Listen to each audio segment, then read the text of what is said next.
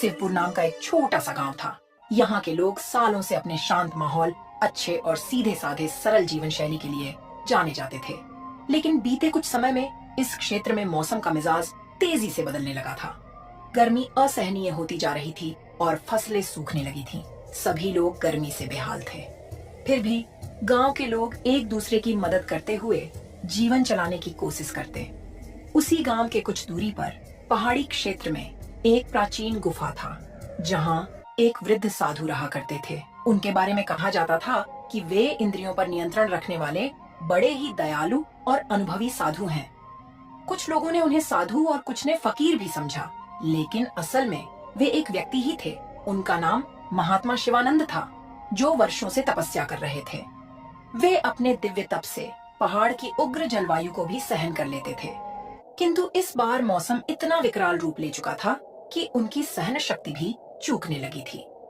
हे प्रभु, यह कैसी अग्नि परीक्षा है। मेरे शरीर की समस्त शक्ति मानो सूख सी गई है। इस भीषण गर्मी में भी मैंने सदा उपवास और साधना को ही अपना जीवन बना लिया है, पर अब शरीर जवाब दे रही है। गर्मी से साधु महाराज की हालत खराब होने लगी थी। गुफा के बाहरी हिस्से में सूरज की रोशनी इतनी तीव्र थी कि अगर कोई बाहर खड़ा होता तो कुछ ही देर में पसीने से लथपथ हो जाता। पहाड़ी इलाका में जो छोटे मोटे तालाब थे वह भी सूख चुके थे और वह पानी के बिना और भी तड़प रहे थे। ऐसे में साधु बाबा ने सोच लिया कि आज उनको किसी भी तरह गांव जाकर लोगों से सहायता लेना ही पड़ेगा। गुफा में अब और रुकना जीवन के लिए खतरा हो सकता है। सुबह का समय था, पर धूप इतनी तेज कि लगती थी कि मानो दोपहर हो गई है। साधु शिवानंद अपने शरीर को संभालते हुए धीरे धीरे पहाड़ से उतर रहे थे। उनकी चाल डगमग हो रही थी, कंठ सूख चुका था, पर मन में अभी भी उम्मीद थी कि गांव के लोग उनकी सहायता जरूर करेंगे। रास्ते में उन्हें एक चरवाहा मिलता है, जो अपनी भेड़ियों को पहाड़ पर चराने ले जा रहा था। अरे बाबा जी, आप इस भीषण गर्मी में कहाँ निकल कर जा रहे हैं? आपकी तबीयत तो ठीक है ना? हे बेटा, मुझे कुछ पानी की आवश्यकता है। बहुत कष्ट में हूँ। क्या तुम्हारे पास पानी है? चरवाहा असमंजस में पड़ जाता है। उसके पास भी सिर्फ एक छोटा सा पानी का मशक था, जो पूरे दिन उसके लिए काफी मुश्किल से चलता था। कुछ क्षण सोचने के बाद वह थोड़ा पानी साधु को दे देता है। बाबा, मेरे पास ज्यादा पानी नहीं है, पर जो है वह आपको दे रहा हूँ। आप गांव पहुँचे तो और लोगों से भी मदद मांग लेना। साधु को थोड़ी राहत मिलती है। उन्हें इस चरवाहे में उम्मीद की किरण दिखती है। साधु उसे आशीर्वाद देकर आगे बढ़ जाते हैं। जब साधु गांव के पास पहुंचते हैं तो देखते हैं कि गांव के पास में ही एक ही कुआं था, जो अब लगभग सूख सा गया था। गांव के लोग दिन भर उसका पानी निकालकर अपने अपने काम में लगा लेते थे। साधु शिवानंद जब गांव में दाखिल हुए तो सबसे पहले उन्हें तेज धूप ने इतना तपन दिया कि उनके गर्दन पर चमकती पसीने की बूंदें झलक आईं। गांव की गलियों से गुजरते हुए वे देखते हैं कि अधिकतर मकान मिट्टी के बने थे। कुछ बैल बेचैन होकर तड़फड़ा रहे थे। थोड़ी दूर जाने पर साधु को कुछ लोग दिखाई देते हैं, जो मिलकर एक सूखे तालाब की तलहटी साफ कर रहे थे। अरे शंभू भाई, लगता है ये गर्मी हमारी जान लेकर ही मानेगी। इतनी गर्मी, ऊपर से गर्म हवा शरीर को जला दे रही है। हाँ, तुम सही कह रहे हो, पर हम कर भी क्या सकते हैं? गांव में सभी परेशान हैं। अब तो कुआं का पानी भी खत्म होने वाला है। अगर पानी खत्म हो गया तो हम सब पानी के बिना तड़प तड़प कर मर जाएंगे। हे भक्तों, क्या कोई मेरी सहायता कर सकता है? मुझे पानी की अत्यंत आवश्यकता है, और यदि कुछ छाया या विश्राम का स्थान मिल जाए तो मैं आपका आभारी रहूंगा। ग्रामीणों ने उन्हें देखा, पर कोई खास उत्सुकता नहीं दिखाई।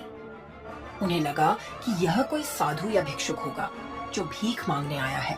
बाबा, अपने लिए पानी जुटाना इस समय हमारे लिए भी मुश्किल हो रहा है। हम खुद यहाँ सूखे तालाब की सफाई कर रहे हैं ताकि बरसात आए तो पानी संग्रहित कर सके। ऐसा नहीं है कि हमारे पास कोई भंडार है जिसे हम लुटा दें। मैं समझ सकता हूँ बेटा, पर मेरी दशा बहुत दयनीय है। मैं पहाड़ से नीचे आया हूँ, गुफा में रहता था। अब इस अत्यधिक गर्मी के कारण मेरा शरीर साथ नहीं दे रहा। सिर्फ कुछ घूंट पानी और थोड़ा विश्राम दे दो।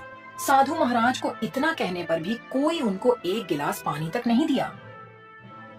फिर वह आगे बढ़ते हैं।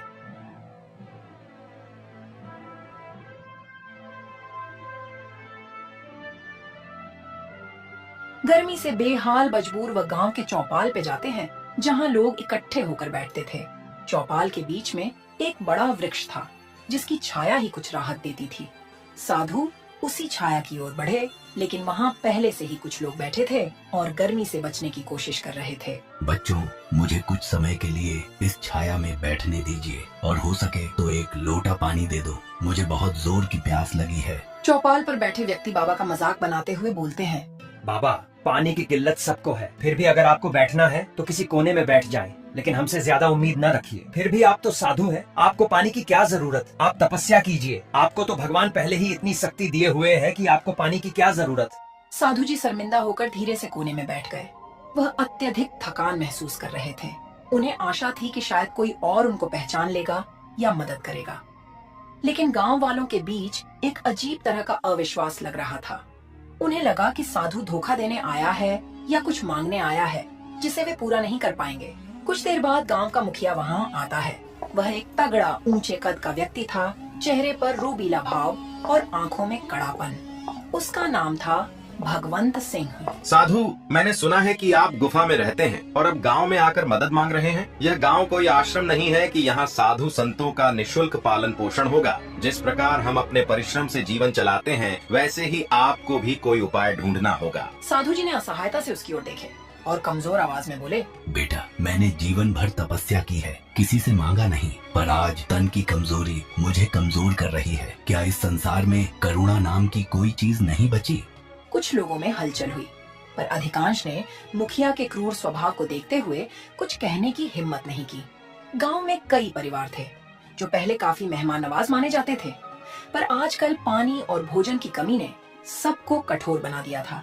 बारिश न होने से फसलें सूख चुकी थीं, कुएं का पानी भी कम हो चुका था और नदियां कहीं दूर सूख चुकी थीं। जीने के लिए लोग दिन रात संघर्ष कर रहे थे।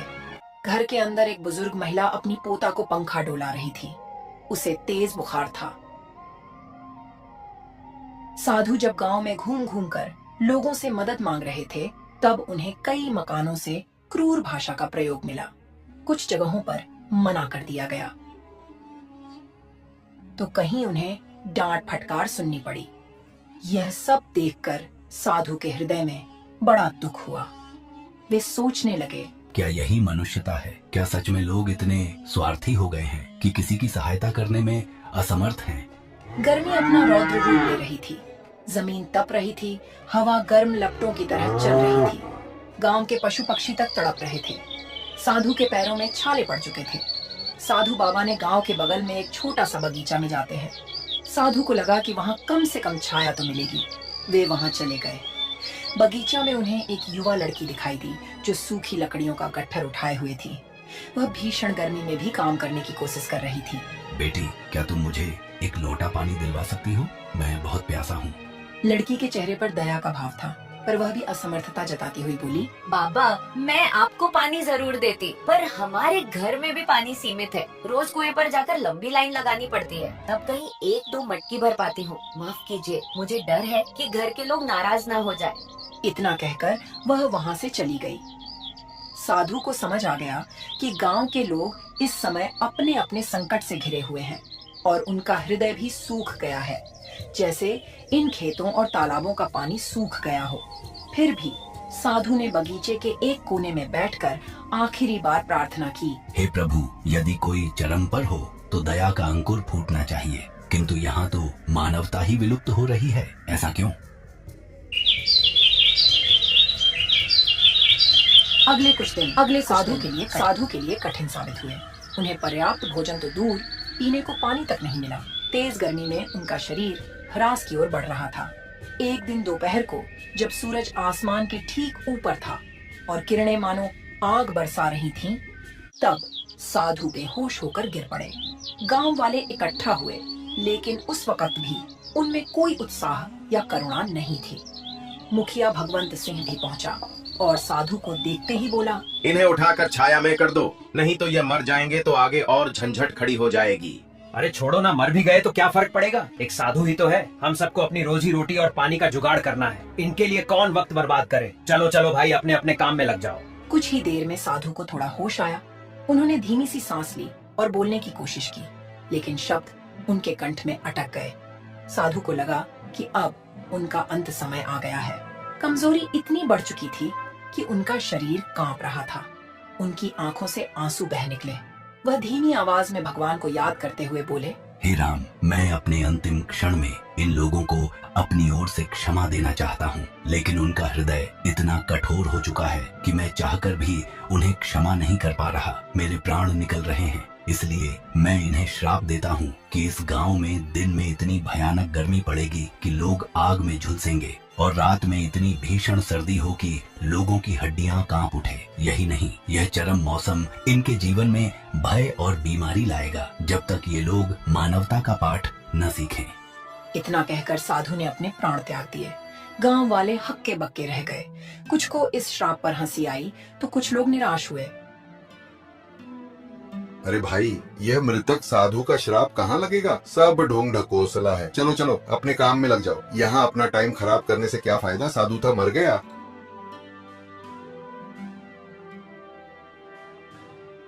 साधु की मृत्यु के 1-2 दिन बाद ही मौसम ने अपना विकराल रूप दिखाना शुरू कर दिया। सूरज की गर्मी, जो पहले ही असहनीय थी, अब और भी प्रचंड हो गई। तापमान इतना बढ़ गया कि मिट्टी में दरारें पड़ने लगीं। पशु पक्षियों के लिए जीवन और भी कठिन हो गया। दिन में लूह चलती, जिसके थपेड़े मानो शरीर को झुलसा देती थी। गांव वाले दिन में बाहर निकलने से कतराने लगे, पर रात होते ही हालात बिल्कुल उल्टा हो जाता। ठंडी हवाएं चलती, लेकिन यह ठंडक सुखद नहीं बल्कि हाड़ कपा देने वाली थी। लोगों को समझ ही नहीं आता कि इतनी उग्र गर्मी के बाद अचानक इतनी भयंकर ठंड कैसे हो सकती है। अरे शंभू भाई, मौसम का मिजाज कुछ समझ नहीं आ रहा। ये कैसा मौसम हो गया जो दिन को तेज गर्मी और रात को हाड़ कपाने वाली ठंडी पड़ रही है? ऐसा तो मैंने अपने जीवन में पहली बार देख रहा हूँ। हाँ, तुम सही कह रहे हो। मुझे भी कुछ समझ नहीं आ रहा है कि यह क्या बला है। अब तो लोगों की तबीयत भी खराब होने लगी है और बच्चों को नमूनिया होने लगी है और बुजुर्ग मरने लगे हैं। इस चरम मौसम ने गांव के स्वास्थ्य तंत्र को तहस नहस कर दिया। दिन में गर्मी और रात में निमोनिया या सर्दी जुकाम जैसी बीमारियां फैलने लगीं।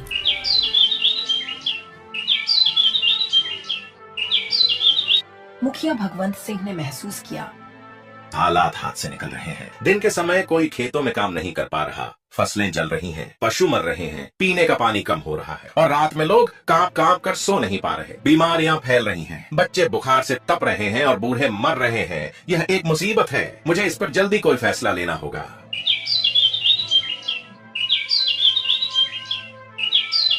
अगले दिन मुखिया ने एक आपात बैठक बुलाई।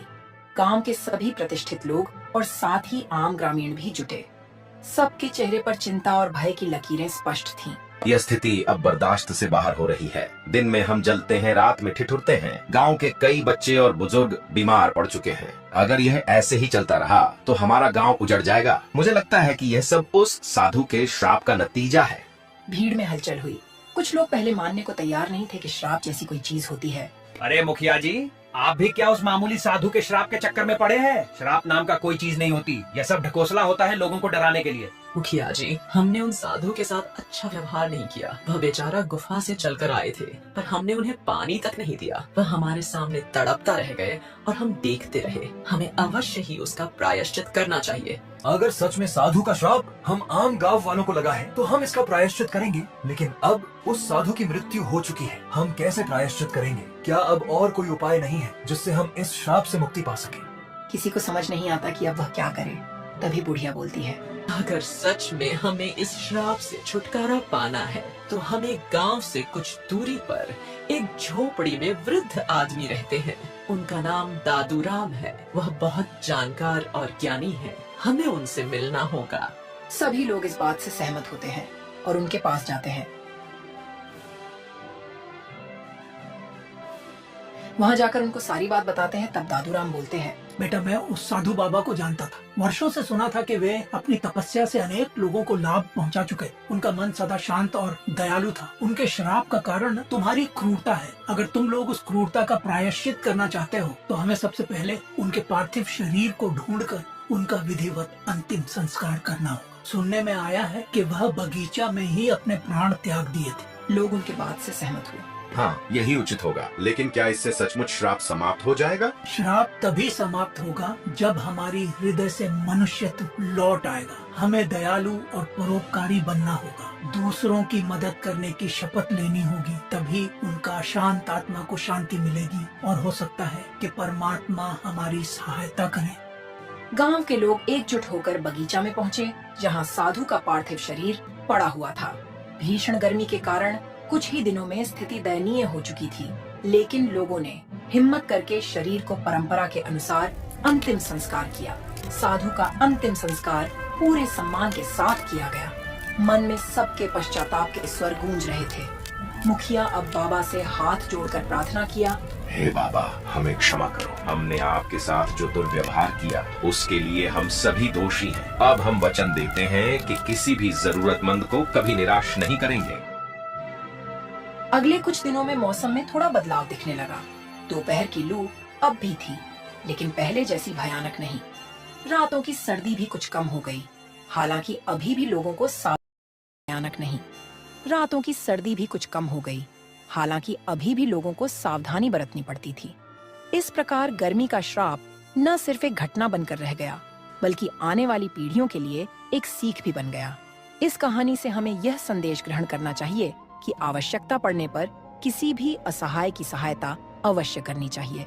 तपस्वी साधु की मृत्यु व्यर्थ नहीं गई। उनके श्राप ने पूरे गांव को बदल दिया और उन्हें मनुष्य होने का सही अर्थ समझा दिया।